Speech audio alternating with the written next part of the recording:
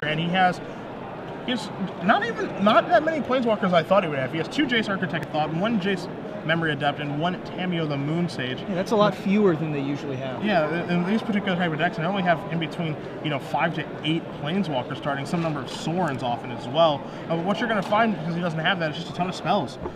2 Dissipate, 2 Detention Spheres, 4 Azorius Charms, Ultimate Price, a couple Feeling of Dread, Think Twice, Terminus, Curse of Deathhold. Only creatures he has is 2 copies of Snapcaster Mage.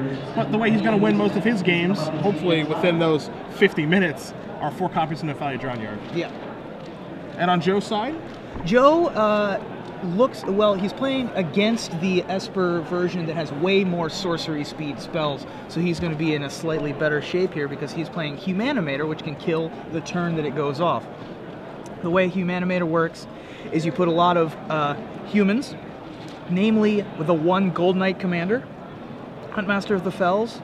Is it Staticaster or Nightshade Peddler, the combo that's become very popular as of late in sort of mid-range decks and Humanimator decks, and you put them in there with Mulch and Grizzly Salvage and Faithless Looting, and then you cast an Angel of Glory's Rise, or you Unburial Rights it and combo off your opponent. So I mean, this is going to be your matchup here, where Joe's basically going to try to get his engine online. Jax is going to try to get his planeswalkers online, do some card drawing and cycling, as we see a Mulcher from Joe, and basically stop Joe from one-shotting him, for lack of a better term, with the Angel of Glory's Rise. So we do see Mulch here give Joe a Rootbound Crag. It's going to move Unburial Rights, Nightshade Peddler, and Huntmaster of the Fells to the graveyard. That's an above-average Mulch.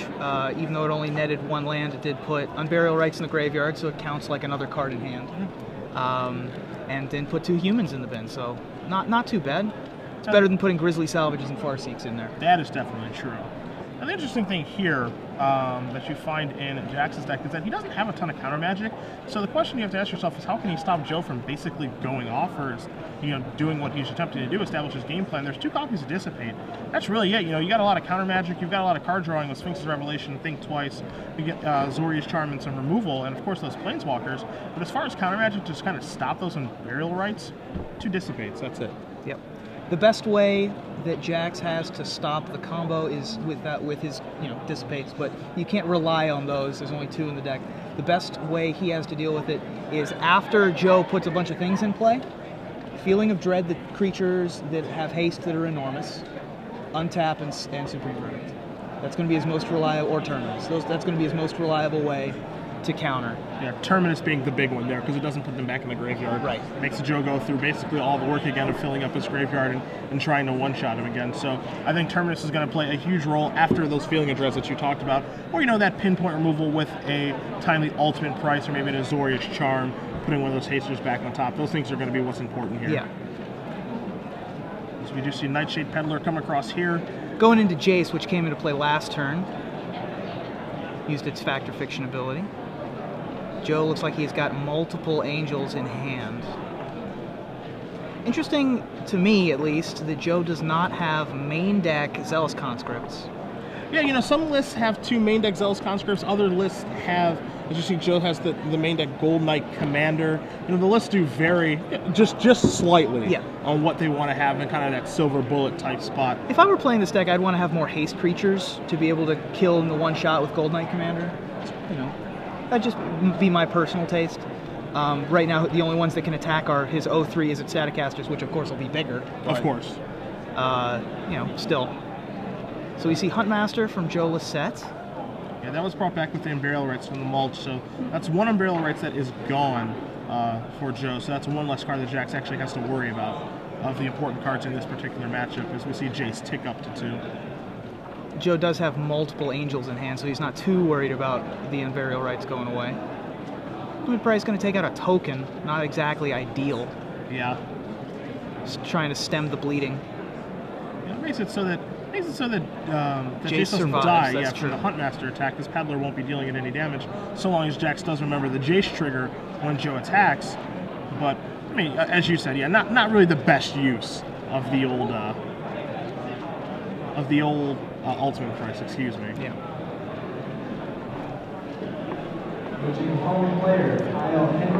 Joe's playing a very patient game here. He's just going to flip this Huntmaster to take out this Jace. Jax not really having any way to stop that, apparently. He does not play at instant speed, as we said, so... Yeah, for the most part, you're not really going to see any, end of turn action. The end of turn action that you're going to see is just card drawing effects, as we do see a Terminus here from Jax to clean up these two guys here. The Huntmaster of the Fells and the Nightshade Peddler are going to go bye-bye. That's actually probably good news for Joe, that he had to waste it on a Nightshade Peddler and a Ravager. Yeah. Because now he can... There's one less Terminus to be able to ruin the Angels. Yeah. And it's basically, this is going to be... It's going to be kind of grindy. Yeah. Joe's going to kind of try to grind out those important resources because Jax only has, a couple really relevant cards here in Terminus, which he only has 2 copies left. I mean, Sphinx of Revelation is obviously a great Magic card, but it doesn't really do a ton. Also, when your main win condition is Nephalia Drownyard and you're playing against Human Reanimator, yeah, that's a bit of a problem. Yeah, I would say that's certainly an issue. Yeah. He just doesn't have a ton of action cards. Not an ideal situation. Is Curse even good against Joe? Curse is going to take down Nightshade Peddler. That's about it. Which is about it. It's not really going to do much more than that. Yeah, we are going to see a Revelation here 4/4 from Jax. It's just, he has all these cards, that draw cards and pinpoint removal and a couple of counter spells, stuff like that. But as far as action cards and getting the game over with, the card that's going to do that for him is, as you said, Nephalia Drownyard, and that's just not ideal. Yeah. So we'll see if he's going to be able to overcome, that kind of deficiency from his deck. If that's going to be a big deal, or if he's going to be able to overcome that. Yeah, I don't know, man. Oh, we see a big Jace. And we do see the Curse of Deathhold here taking care of This the Nightshade turn Peddler. is going to be Curse, which is fine. I think it's a fine Magic card in this matchup. It's going to save some damage, but it's not going to be the blowout that it would be against other Reanimator decks that have Lingering Souls and Mana Guys. Yeah. There's Curse of Death's Hold. One of the more... I was expecting Curse to get more play in the last couple months, although perhaps we'll see more once Orzhov comes out. Yeah. I mean, it's really varied, right? It's either been insane, like it was against Delver in the previous Type 2 format, so long as you could get there and slide it underneath the Mana Leak, or it's been kind of off the radar, not really doing very much. Kind of surprised to see one copy here, but again, when Curse is good, it's great. Yeah. And it's quite easy to side out if he needs to. So Jax, I think, is just going to start milling Joe here. Is that what he's going to do, or does he just want to draw a card a turn? Well, that's the question. Because it is a little bit dangerous. He's going to start milling. All right. Okay. And the interesting thing here is, Joe did cast a Mulch, but he hasn't really, He hasn't really seen anything Yeah, he hasn't yet. seen anything yet, so... Once he flips up Gold Knight Commander, he's going to be like, oh no. Yeah. Is there a Staticaster in there? I know we see at least one Huntmaster of the Fells. We see at least one Huntmaster. I can't really see if there's a Staticaster to be able to kill that Jace immediately if he... Well, I guess it wouldn't be able to kill it unless the Gold Knight Commander was in there also. Yeah. Got a little ahead of myself there. But 3 Angel of Glories rise in Joe's hand, among other cards. I think that Joe can sort of just let Jax mill him again, I think. If he wants to. Or he can just cast an Angel here. I mean, he can do that, but again, he's just got to be careful in balancing, all right, there goes 10 cards, there goes 10 more cards. You don't want to get greedy and wait until, you only have, I don't know, 20 or less cards left. I'm not saying he should dredge his entire library. I'm just saying that, play the little rope-a-dope a little bit more. What he's probably gonna do here though is just discard 2 more humans, then play an Angel and have a huge board position and make Jax have it. Sure. Make a Wrath come. Yeah. Because we do see a Faithless Looting here from Joe. I see 2 Staticasters about to get discarded. There they are. Oh, there those go. Let's see, Joe's going to play a Woodland Cemetery. Let's see what else he's going to choose to do here. I would be very surprised if we didn't see Angel here. And that's what we have got. Oh, we have a Dissipate. Interesting. Okay. One of the 2 Dissipates. So 1 Dissipate left. But again, Snapcaster Mage, 2 copies of that as well. And I believe there is 1. There's the Commander. 6, 7, 8, 9, and 10. So there's an Angel. We have an Angel in hand and in the bin with an Unburial Rites. Yes. So we don't have enough to do both though, do we? It does not look that way. We have 7, 8. We're gonna have 9 mana, so we'll be 1 short of being able to do that. Which might be 1 turn too late, because Jax is just gonna keep on milling. He's got 2 drown yards in play too to pump up the speed on that, depending on the number of cards in Joe's deck. And Joe now has to be pretty careful about, Faithless Looting. Has to be careful about mulching, Grizzly 3, Salvage. 4, As you 5, see, 6, casting 7, his own 8, deck. 9, 10, 11, 12, 13, 14, 15, 16, 17, 18, 19 cards left for Joe. So yeah, those drown yards represent death. We have a Team Jax sign here I'm saying from go passerby. Yeah, go Team Jax.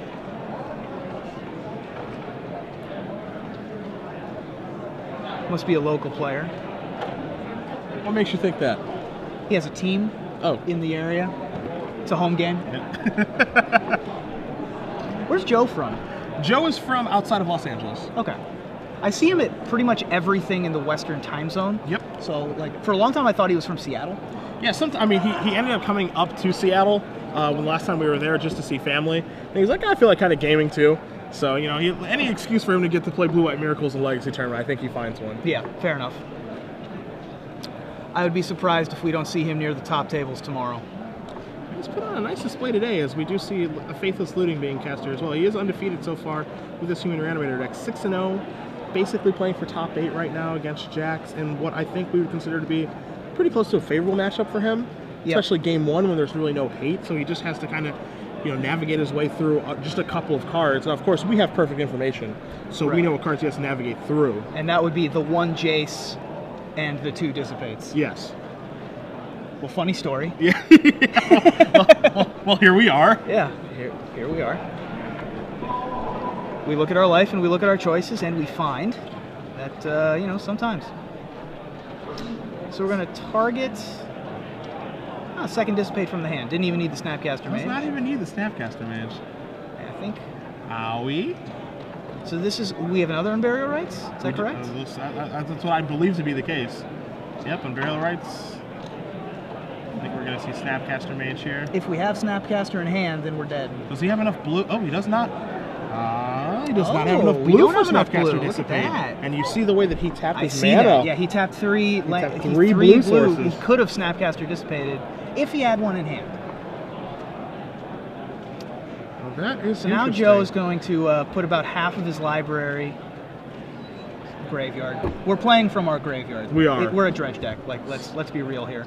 So trigger. Don't forget the trigger. Don't want to forget the trigger. He wants to see his graveyard. I think Joe's saying, I can just show it to you. I can put it. I can put it. Yeah, all I can in play just put it for all you. in play if you want.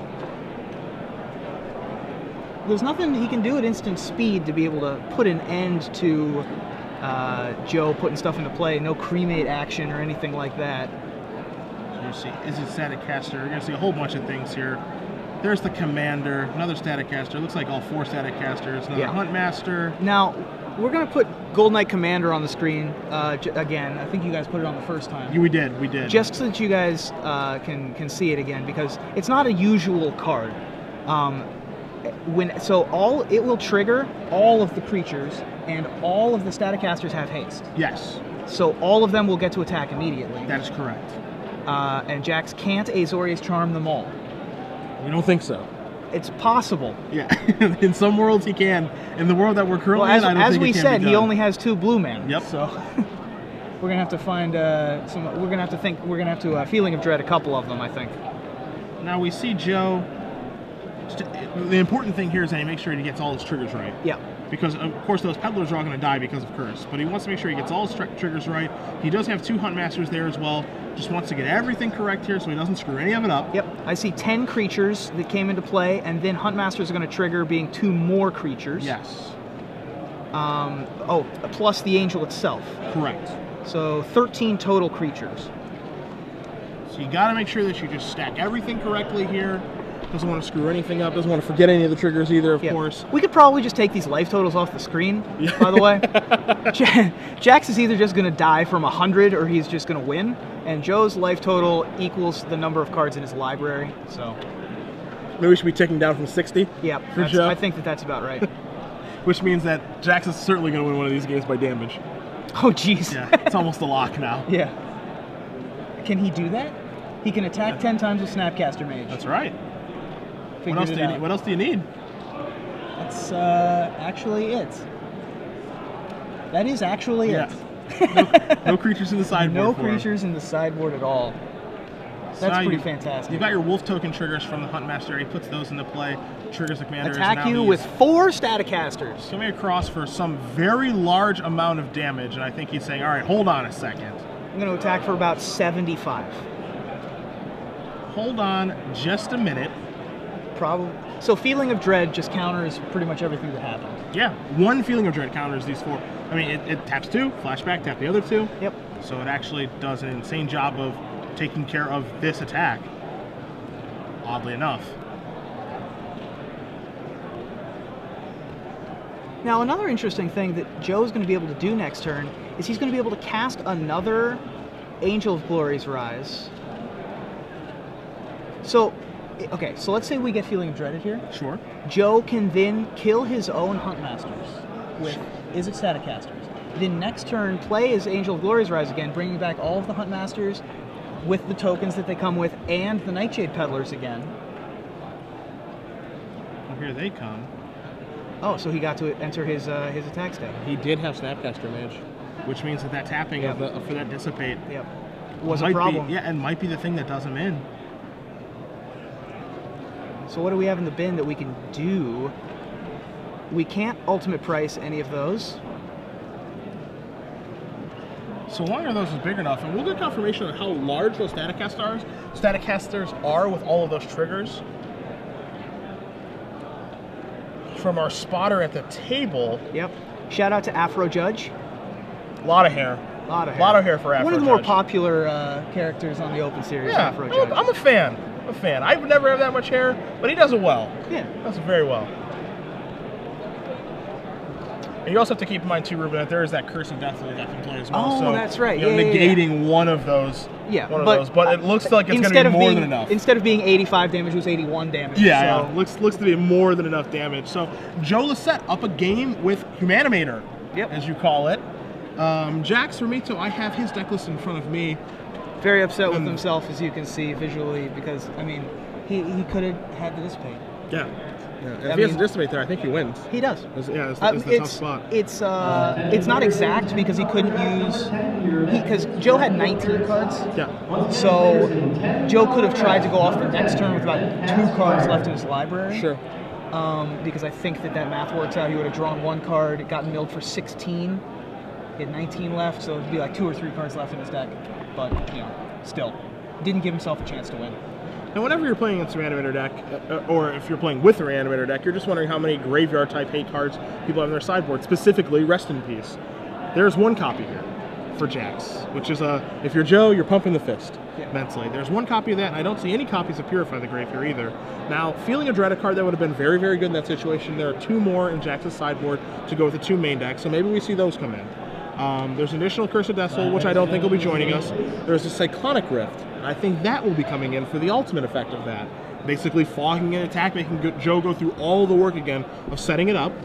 Detention Sphere, not really where he wants to be. Dispel, again, not where he wants to be. 2 copies of Negate, I like those quite a bit. 2 copies of Jace Memory Depth, I like quite a bit. An additional Dissipate I like, and an additional Terminus I like as well. Sever is probably not going to come in, although he can like randomly pick off a value angel. Yeah. I don't like it though. Yeah, it doesn't seem. It just seems like it's just a difficult situation to go in your favor. Yeah. I think it's going to end up dead more often than productive. Yeah. For Joe, what does he have to do? I don't know. Maybe he brings in Zealous Conscripts to be able to steal Planeswalkers. But the rest of his sideboard, Purify the Grave, certainly not coming in. Pillar of Flame, not going to come in. Geist Honored Bunk, don't think that's coming in. I mean, it's kind of hard to say, right? Like, there's the potential. I think Nightshade Peddler is 100% coming out now. Yes. So you just have to figure out what you want to replace those Peddlers with. And I think Conscripts is the first place to go, which he has 3 of. Right, so I mean, maybe the 4th one. Yeah, maybe the 4th one is a Geist. Yeah. Sure. I could see that. And then he's also got Cathedral Sanctifiers, not where you want to be. It's kind of awkward that he has to leave his Ecstatic Caster in just because it has haste. Yeah. Maybe there is an argument to be made that maybe he boards those out because he is boarding in 3 haste creatures and Zealous Conscripts. I don't know. I would leave. I mean, they're multicolored. They have haste. They have flash. Yeah. I like them. Yeah, I mean, multicolored is actually a big deal here because of ultimate price. Yep. That actually does matter. So maybe they have 3 toughness, so they avoid the curse. Yeah, that's also true.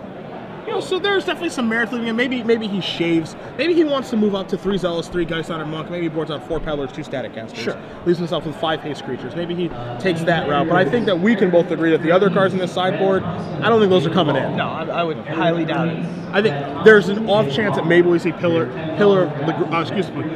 the Grave to kind of one up a Snapcaster Mage. Maybe. Yeah, it depends. I don't think that Joe's going to be that fanciful. He tends to stay close to home with his sideboarding decisions. There's not a whole lot of craziness happening. Even though this is a crazy deck, you can understand why everything is in the sideboard. Yeah. Like, you look at the deck and you're like, all right, I see how it works. And then you look at the sideboard and you're like, all right, I see what all of the things are doing. Sometimes you look at the sideboard and you're like, what are people, what is the plan? Yeah, what is going on here? Yeah, Joe is very, he's a mechanic. He knows what he's, not that kind of mechanic. He's very, he knows what he's doing when it comes to side. He builds like 75 card decks and then shaves 15. Sure. As opposed to like being like, all right, I have my 60 card deck. Now time to build a sideboard. Yeah. I would agree with that. So we'll see as both players are shuffling up here for game 2. I think this is a matchup that does favor Joe quite a bit. I mean, especially in game 1. I think game 1 is very largely in his favor. We saw there where Jax actually drew the cards that did matter. Unfortunately, used them incorrectly. There's a fine gentleman in the background behind Joe there. Yeah, a little top hat. Top hat, white gloves. I like it. That. That's excellent. Like that. You don't see that every day. You do not see that every day. Kudos, sir. On SCG Live. Afro Judge on the left, fine gentleman on the right. Abraham Lincoln Vampire Hunter? Yeah, which screen you like better? Yeah. It's a close one. But I think that, especially for Joe here, again, only 1 Rest in Peace, no Purify the Graves. There is a Cyclonic Rift here that he doesn't know about. Yeah. I think that a lot of things are in his favor here. Yeah, and Jax has a very, very bad list dealing with Reanimator in general, let alone this combo Reanimator. Yeah. He's playing at sorcery speed. He's got very few Planeswalkers. I don't like his build for this matchup. Yeah, I mean, I don't love his chances of winning. I think that first game is a game he was probably going to win. Yeah. If he uses his resources correctly, and I mean, obviously, you've played quite a bit of Magic yourself. You can't let the games get away that you should win. You just can't afford to do that. Yep. You just get punished.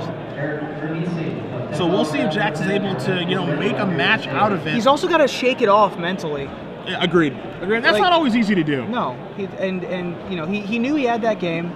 He was very frustrated right at the end, right afterwards, like right when we cut to their photos.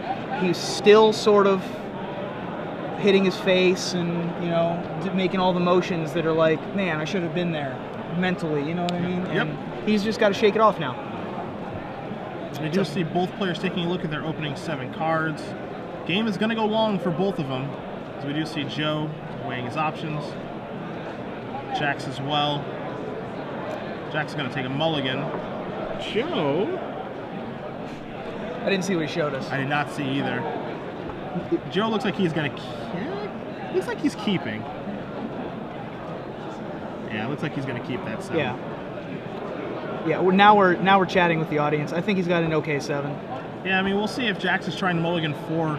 Maybe that was just a bad hand. I would be surprised to see if he was mulliganing for that 1 Rest in Peace. I would doubt it. I think that would be a little. He showed us the 7. Ambitious. I imagine that it was just 6 lands and like a 5-drop or something. Sure. Yeah, Jax came into this tournament. I mean, he's still undefeated. He's still got a very good chance to win this tournament. But he came into this tournament looking to beat. It looks to me looking to beat Thragtusk.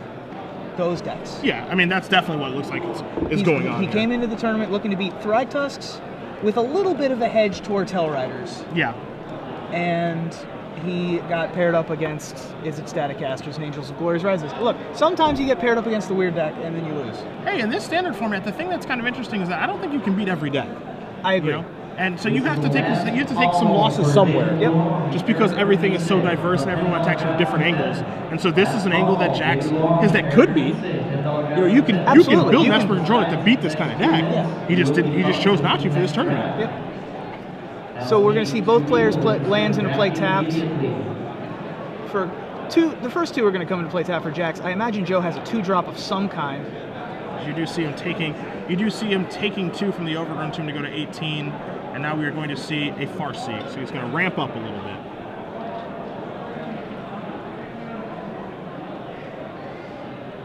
Searching out the old Blood Crypt. So we've got at least one of all the different types of mana that are requisite in this deck. We're going to want 2 white eventually, but not till turn 1,000,000. Yeah, he's certainly not in a rush to get any blue mana out there again, because Static Caster just doesn't do very much here. I'm sorry, I'm mistaken. We don't have blue for his Static Caster. Yeah, we want to cast it. Yeah, and of course I don't think that really matters very much. We're not going to be in the market for an 0/3 that doesn't kill anything. Right.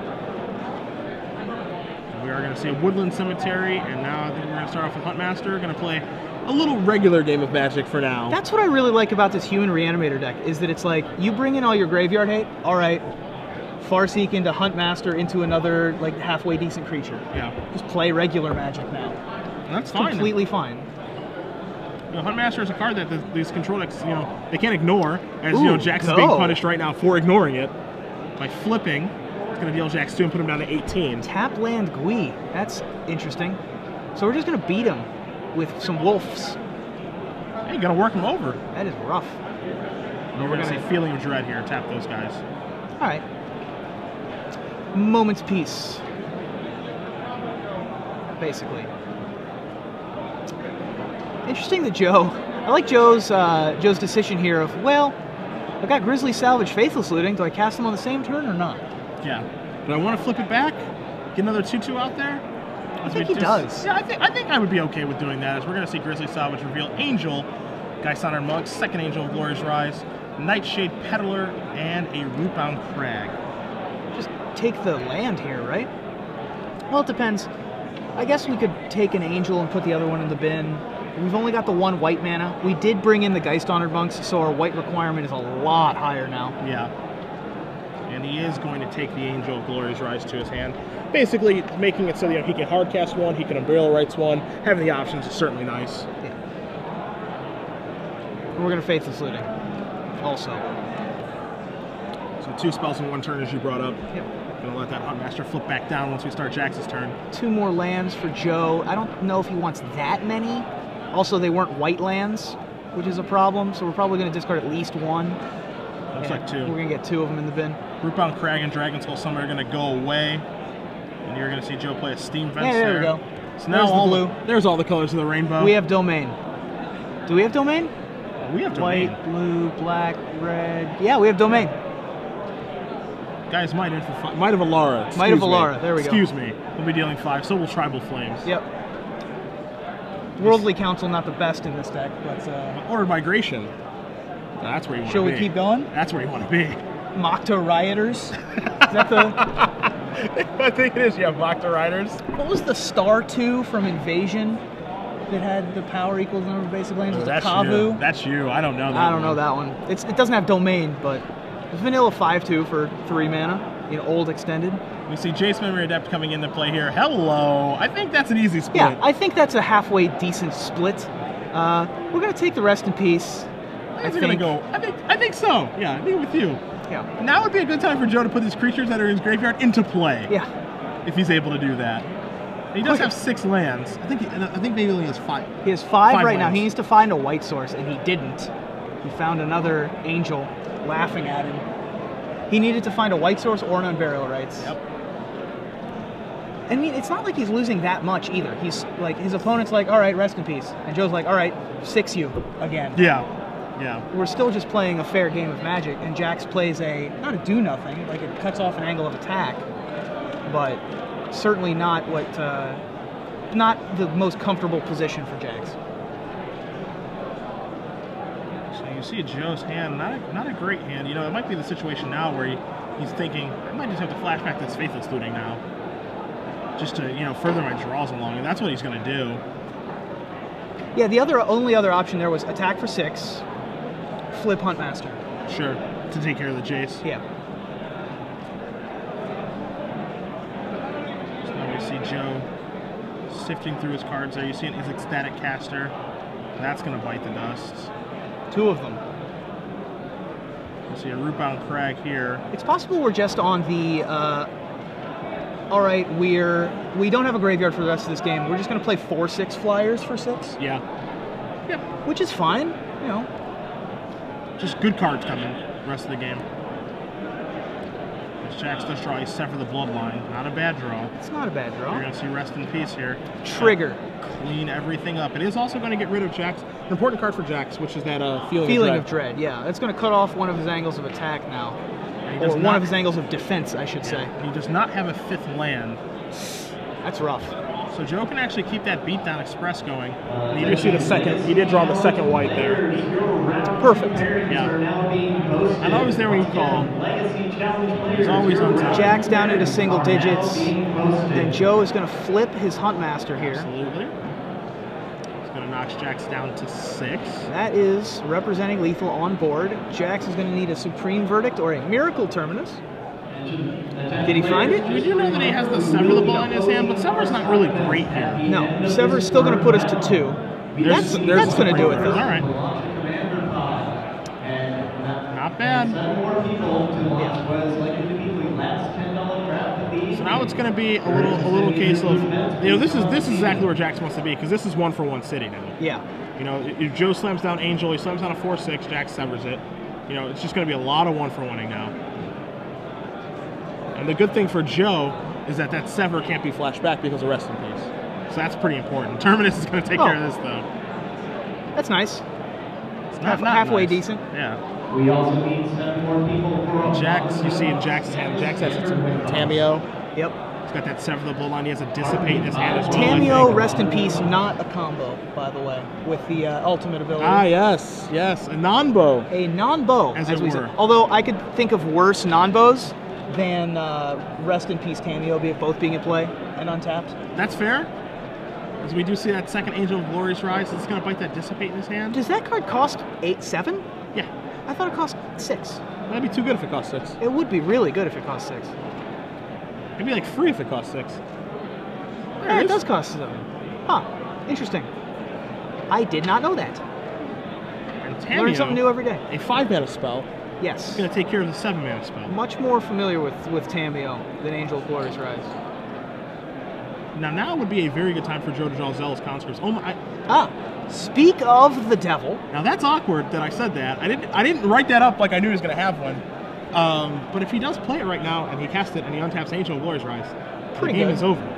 Yes. He wants to read this to make sure what's going on. Yeah. And 4, 5. we call that a top deck where I'm That is from. a halfway decent top deck. Untap this, attack you. Good game. Joe Lossett. Yeah. 7-0. Pretty nice. He's going to be able to draw in, should he so choose. A very good draw. I mean, Jax was turning that game around. Things were getting very serious very quick there. Yeah. Sever the Bloodline in his hand. Tameo locking down that creature and threatening to draw a couple of cards. Things were really turning in his favor, and there were a lot of, I think we can agree, bad draws there. Yes. For Joe in those situations on Burial Rights. But Joe had set up a draws. situation where it just didn't matter that his draws were bad because he just kept leaving himself out because he was the one applying the pressure. Yep. Jax wasn't actually advancing anything. Yep. Top deck and Terminus to get rid of a 4/6 is nice. The Rest in Peace was also nice, but Joe, 4U, 6U, 6U, it just kept up the pressure and it didn't, he ended up just whittling away enough that he gave himself some more outs, finally found one. And wins the game. Wins the game. So Joe Lossett moving on to 7-0. Jax Remitio, first loss, can still top 8 the tournament.